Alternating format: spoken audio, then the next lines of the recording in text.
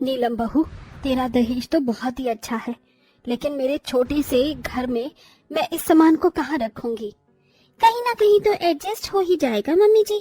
आप बेवजह ही परेशान हो रही हैं, और शादी के बाद तो हर लड़की थोड़ा बहुत सामान अपने मायके से लेकर आती ही है। बिल्कुल गए गुजरे ही होते होंगे उनके माँ बाप जो अपनी बेटी को 4 सूटों में ही विदा कर देते हैं। जेठानी जी, किसी के भी माँ बाप गए गुजरे नहीं होते, बस हालातों की बात होती है।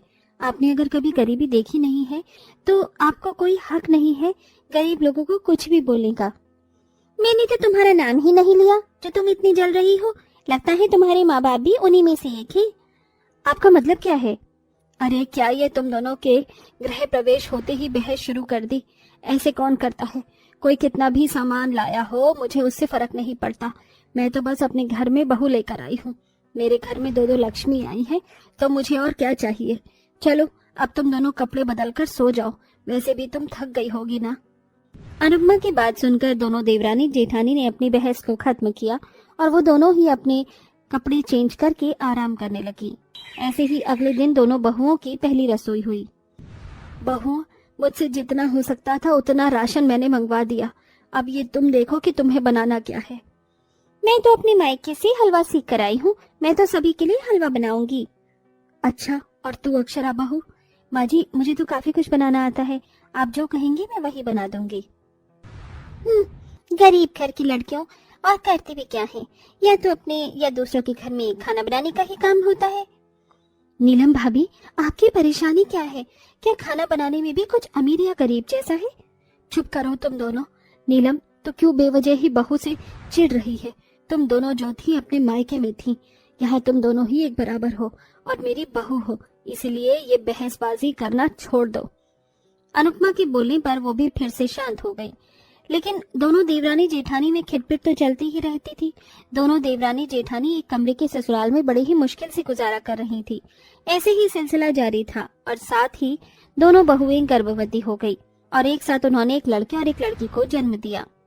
देखते ही देखते बच्चे भी 5-5 साल के हो गए, लेकिन दोनों देवरानी और जेठानी के रिश्ते में कुछ भी नहीं बदला था। एक कमरे में और भी सदस्य बढ़ जाने की वजह से अब उन्हें परेशानी भी होने लगी थी। राज बेटा, क्या हुआ? माँ, मुझे इस रिया ने मारा। क्यों रिया, बहुत हाथ चलते हैं तेरे। रुक, तुझे बताती हूँ। जेठानी जी, क्यों डांट रही हैं आप मेरी बेटी को? देवरानी जी, अपनी बच्ची को समझा लो, ये मेरे राजा पर ज्यादा हाथ ना उठाया करे, वरना किसी दिन मैं इसकी अकल को ठिकाने लगा दूंगी। आपका बेटा भी कम नहीं है, जब इसे मौका मिलता है तो ये मेरी रिया को मारने से नहीं चूकता, और ये आप भी जानती हो। क्या बच्चों की वजह से दोनों लड़ रही हो? बच्चों की बात है, अभी लड़ रहे हैं, अभी कुछ देर बाद खेलने लग जाएंगे। तुम तो कम से कम मत लड़ो। मैं इसे एक कमरे के घर में ना तो मेरा दिमाग खराब करके रख दिया है। यही सब कुछ बस एक कमरे में ही है, ऊपर से इतनी ज्यादा गर्मी हो रही है। हम भी इसी कमरे में ही रहते हैं। तुम जैसे भिखारियों को तो आदत होती है ऐसी जगहों में रहने की। नीलम ऐसे बोलती हुई अपने बेटे को गोद में उठाकर परे को जाकर बैठ गई। अक्षरा अपनी सास की वजह से उससे कुछ नहीं बोली। गर्मी बहुत ज्यादा थी। दोनों देवरानी जेठानी उसी एक कमरे में खाना बना रही थी, वहीं बच्चे खेल रहे थे और सर पर बस एक छोटा सा पंखा चल रहा था। हाँ, इस गर्मी ने तो हालत पतली कर दी है। आने दो आज अंकित जी को, उनसे बात करती हूँ। नीलम अंकित के आने का इंतजार करने लगी। रात को जब वो घर आया तब उसने उससे बात की। देखो अंकित, मेरे बस की नहीं है अब और इस घर में रहना। मैं 5-6 साल यहाँ गुजार चुकी हूँ, लेकिन इस एक कमरे में इतने सारे लोग रहते हैं, ऊपर से गर्मी इतनी हो रही है कि मेरी तो हालत यहाँ खराब होकर रह जाती है। तुम कुछ इंतजाम करो और हम यहाँ से कहीं और रहने चलेंगे। ठीक है जान, मैं इस बारे में माँ से बात करूँगा। अंकित नीलम की सारी बातें मानता था। वो उसकी इस बात पर भी राजी हो गया, लेकिन जब उसने अनुपमा से इस बारे में बात की तो उसने साफ साफ मना कर दिया। बिल्कुल नहीं, अभी जब तक मैं जिंदा हूँ तब तक तुम में से कोई भी भाई अलग नहीं होगा, समझ आया? ठीक है माँ, जैसा आप कहें। अंकित ने ये बात नीलम को भी बता दी। नीलम को ये सुनकर बहुत ज्यादा गुस्सा आया। ये माठी भी ना जाने क्या करना चाहती हैं। ठीक है, अगर इनको मुझे अलग नहीं करना है तो ना करें, अब देखो मैं क्या करूंगी। नीलम ने गुस्से में अपने बाप को फोन मिलाया और गर्मी से राहत के लिए उसने एक एसी मंगवा लिया। एसी को देखकर अक्षरा भी मन ही मन खुश होने लगी। चलो अच्छा है, एसी आ गया, भले ही जेठानी जी थोड़ी सी टेढ़ी है, लेकिन इनकी बदौलत पूरा घर ठंडा रह सकेगा। अक्षरा अभी खुश हो ही रही थी कि तभी नीलम ने उसके अरमानों पर पानी फेर दिया।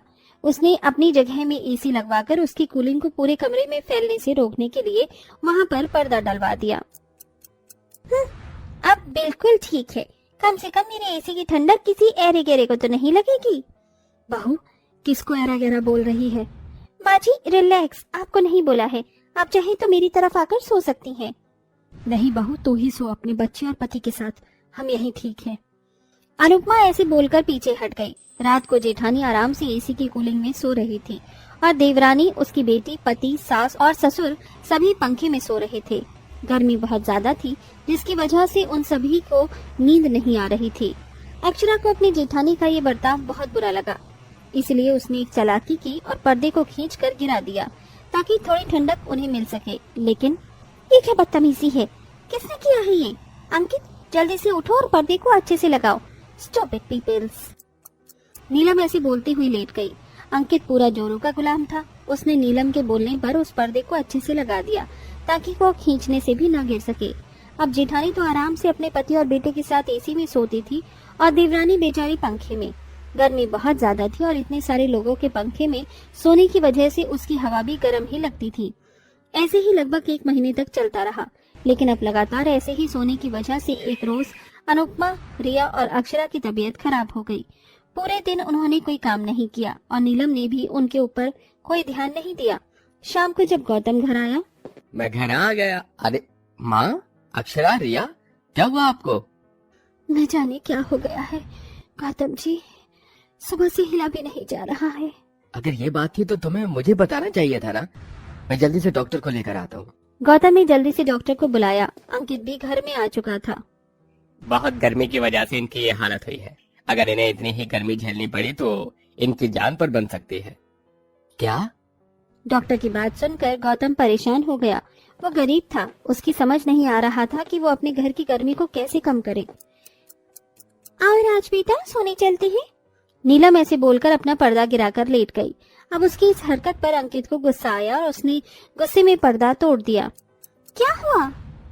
नीलम, कम से कम अब तो थोड़ी सी इंसानियत दिखाओ। मुझे तो तुमने अंधा किया ही हुआ था, लेकिन अब तुम और मेरी आंखों पर पट्टी नहीं रख सकते हो। कहना क्या चाहते हो? अभी बताता हूँ, समझ आया? तुमने मुझे मारा? हाँ मारा, क्योंकि तुम इसी लायक हो। यहाँ मेरा भाई परेशान है, मेरी माँ, भाभी और भतीजी सभी मौत के मुंह में है, और अब भी तुम अपने घमंड को आगे रखते हुए अकेले ही एसी के मजे ले रही हो। सुना था नारी का दिल बहुत कोमल होता है, लेकिन तुम तो पत्थर से भी सख्त हो। मैंने गलती कर दी जो तुम्हें अपने घर ले आया। जाओ, चली जाओ मेरी जिंदगी से और मेरे घर से। जो मेरी माँ की नहीं हो सकती, मैं उसे अपनी पत्नी बनाकर नहीं रखूंगा। अंकित की बात सुनकर नीलम घबरा गई और रोते हुए बोली, नहीं नहीं अंकित, तुम मुझे ऐसे घर से नहीं निकाल सकते हो। तुम चाहते हो कि मैं अपना एसी सभी के साथ शेयर करूं, तो मैं तैयार हूं, लेकिन मुझे घर से मत निकालना। मैं माफी चाहती हूं, प्लीज मुझे माफ कर दो।